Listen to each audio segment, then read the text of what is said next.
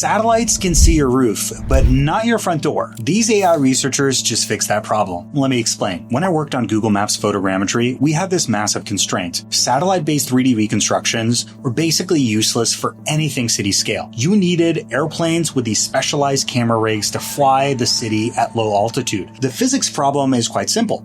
These satellites are largely looking oblique down or slightly off nadir. That basically means that you're not really going to get building facades and certainly not street level detail. All that geometry is just occluded, which is fine if you can fly planes with camera arrays everywhere, but you can't, right? Like you've got aerial denied regions, you've got restricted airspace, you have conflict zones. Huge chunks of planet Earth are literally unmapped with these methods, which is why you only have about 3,000 cities worth of 3D data inside of Google Earth. These researchers found a workaround that is honestly kind of beautiful. They train Gaussian splats on multi-view satellite imagery, basically standard 3D Gaussian splatting stuff. But naturally, as the camera descends towards ground level, the renders completely fall apart. You've got floating artifacts everywhere, this geometric nonsense. Now, instead of trying to fix this technically, they just leaned into it.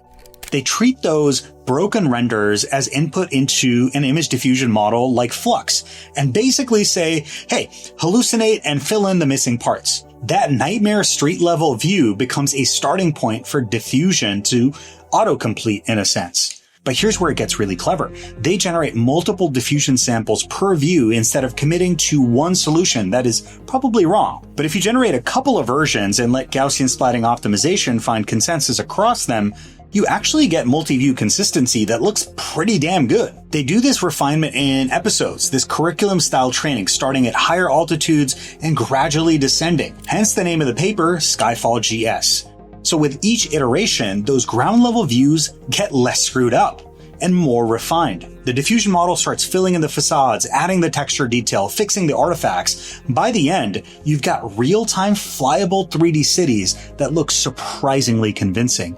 And critically, the geometry still respects the satellite input. It's not just making stuff up, it is intelligently completing whatever was occluded. No 3D training data required, no street-level photos, no airplane flyovers, just satellite diffusion doing what it does best, filling in the blanks. This is really cool because previous methods to do this type of stuff, such as Vricon 3D, which Maxar now owns, can suddenly get a huge boost. In other words, the entire world, including all those aerial denied regions, suddenly became mappable.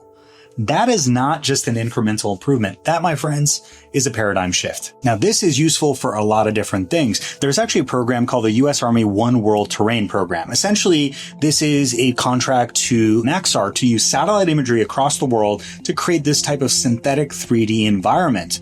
You know, because the US military wants 3D data everywhere it can't necessarily fly airplanes and drones. But thus far, those 3D reconstructions kind of look like what you see in Google Earth. They're kind of good.